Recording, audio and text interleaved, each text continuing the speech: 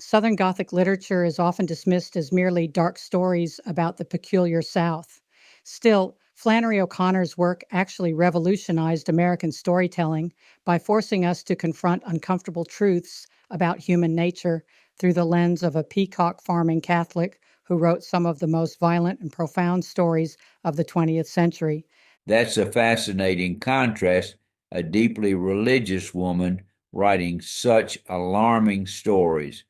What do you think drove her to explore such dark territory? What's fascinating is that O'Connor saw violence as a pathway to grace. She believed modern readers were so spiritually blind that they needed to be shocked into seeing the truth. And consider this: she wrote most of her masterpieces while battling lupus, the same disease that killed her father. The way she dealt with her mortality is remarkable. She would write for 2 hours every morning, no matter how sick she felt, while managing this incredible collection of peacocks on her Georgia farm. Oh, those peacocks. They're exactly the kind of detail that makes her life so fascinating. She had over 40 of them at one point. But what's really interesting is how she used them as symbols in her work. These beautiful but ridiculous birds that somehow embodied both the grotesque and the divine. Speaking of the grotesque and divine, can we talk about A Good Man is Hard to Find? That story still gives me chills. Well, that story is just, it's a masterclass in building tension. You start with this completely ordinary family road trip, and by the end, oh man, you've witnessed this profound moment of grace through an encounter with a philosophical serial killer. The misfit is probably one of the most terrifying characters in American literature. And yet she manages to make him more than just a villain. He's grappling with profound questions about faith and meaning. That's precisely what makes her work so powerful, as seen in Wise Blood, where Hazel Motes establishes the church without Christ.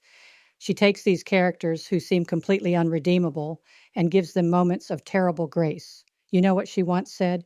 Violence is strangely capable of returning my characters to reality and preparing them to accept their moment of grace.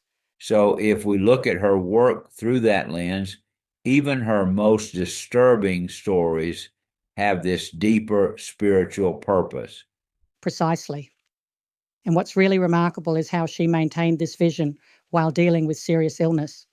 She knew she was living on borrowed time. She died at just 39, but that seemed to sharpen her focus rather than diminish it. She wrote some of her most powerful stories, like Everything That Rises Must Converge, while knowing she was dying.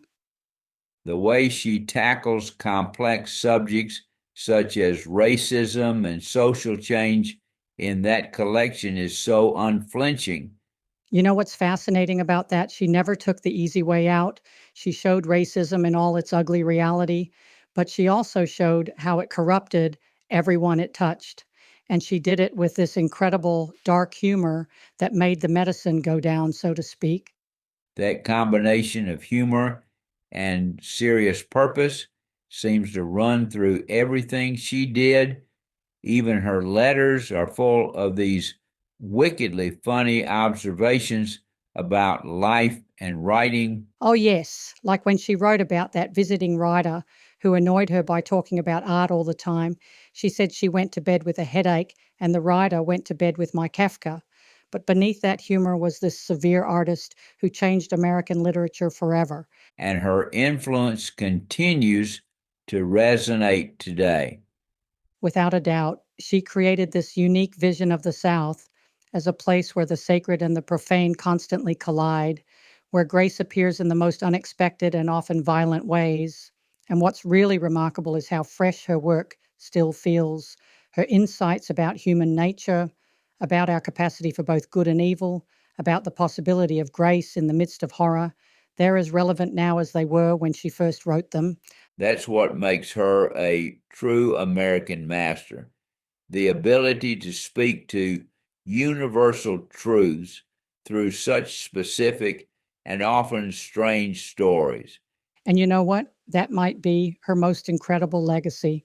She showed us that the universal can be found in the particular, that the divine can appear in the grotesque, and that grace can emerge from the most unexpected places.